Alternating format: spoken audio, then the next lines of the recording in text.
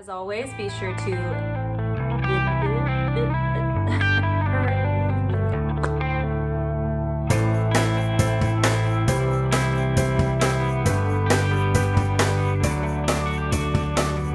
Hey guys, welcome back to Regular Secular Mama. Long time no see. I took a much needed break over the holidays and I'm just now getting back into making videos. I hope you all had a wonderful holiday break. I'm not sure what holidays, if any, you celebrate, but I hope it was at least a little bit restful and you got to enjoy some time with family.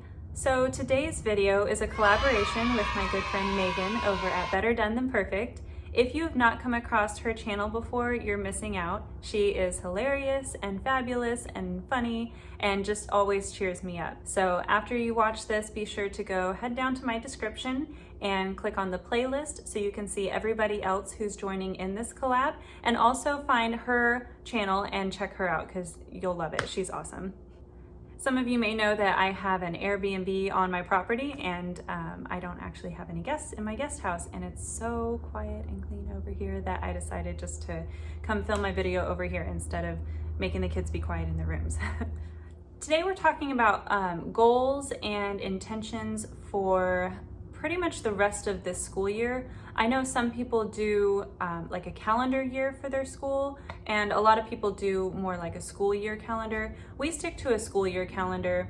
I have called it a year-round school before, just because we kind of intersperse our breaks throughout the year.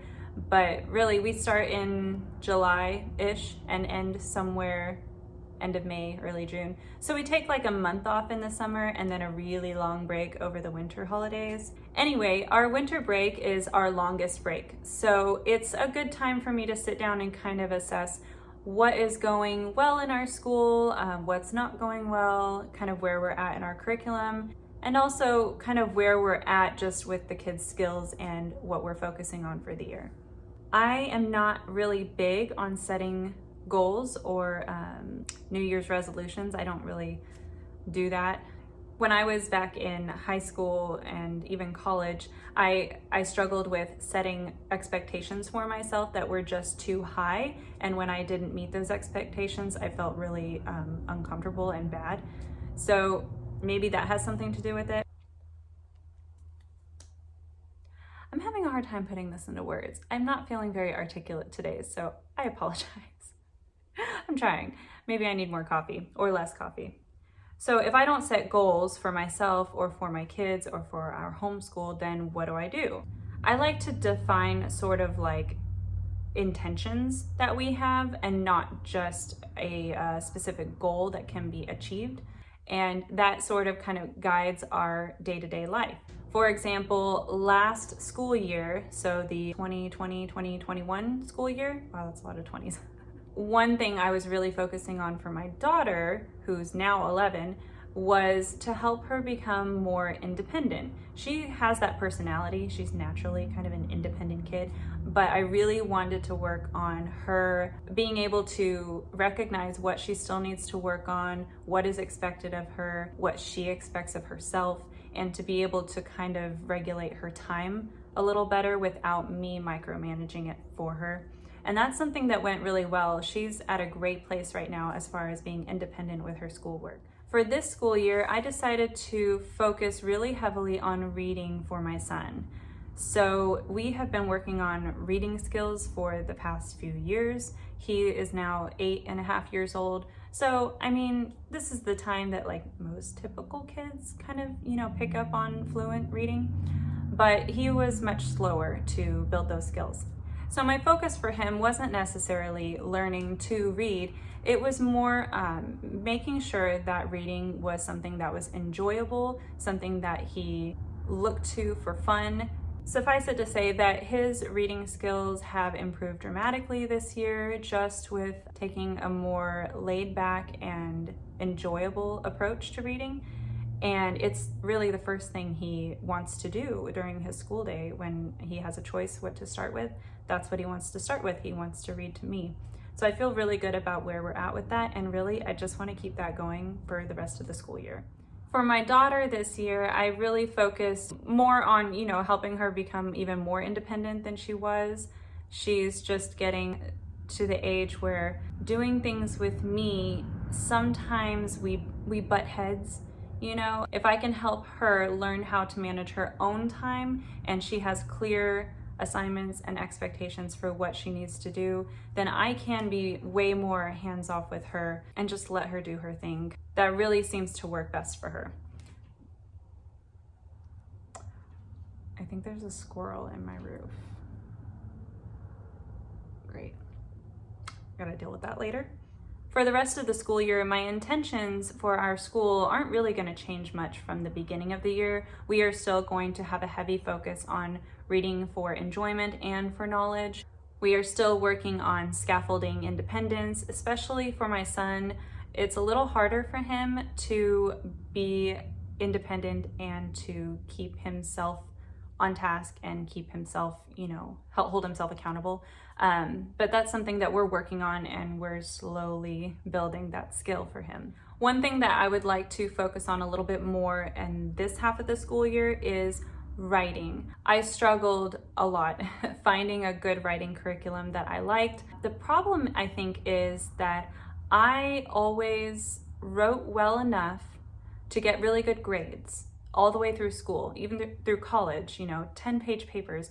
I wrote well enough to get a good grade on it and to get a good grade in my class, but I never really was taught what was important in writing and why we write the way we do and why it sounds good and why it does a good job explaining what we want to explain. I never got that kind of instruction. I guess I was one of those that kind of slipped through the cracks because it sounded good. I feel really good about the writing curriculum that we've been using this year. We've been using Michael Clay Thompson, mostly the grammar and writing portions. We do other books for literature, and we don't do the poetry, the poetics portion, just because the kids weren't really interested and the books are expensive, and I thought, well, we memorize poetry anyway, so that's fine. So like I said, we've been enjoying Michael Clay Thompson. The kids enjoy it. I enjoy it. I think it's doing a really good job teaching them kind of why things are the way they are in writing. So we will see that one through. We will finish out the sequence, I guess you would say. My intention then for the rest of the year would be to focus a lot on their writing skills. For my daughter, I think that focus will be more on confidence in writing and being thorough in what she's trying to say. What I mean is she likes to put one-word responses or use too many pronouns and not really explain herself in what she's trying to say very well. So I'm hoping that I can help her be more confident and more thorough. For my son, writing really is more about endurance right now and just being able to write out more than, a 5-word sentence without resisting, I guess is a nice way to put it. I get a lot of resistance from him when it comes time for copy work or pretty much anything written at all.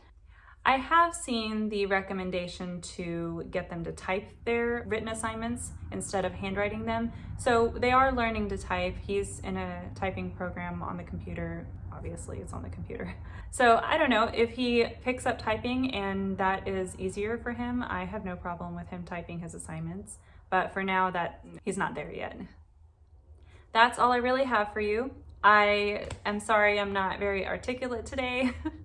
I hope my message got through. I hope you understood what I was saying. Like I said, I'm just not a goal setter. It's just not something that works for me. I never have been, and I probably never will be.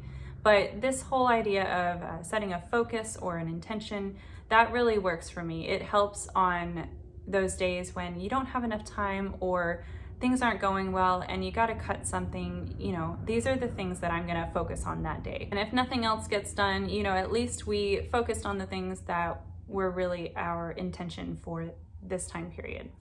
Like I said before, this is a collaboration with a bunch of other homeschoolers talking about our goals and intentions for 2022. So be sure to go down to the description, find the link for the playlist, and go check out everyone else's videos. Thank you, Megan, again for hosting this collaboration. I'm curious too if anyone watching this is less of a goal setter and more of an intention definer.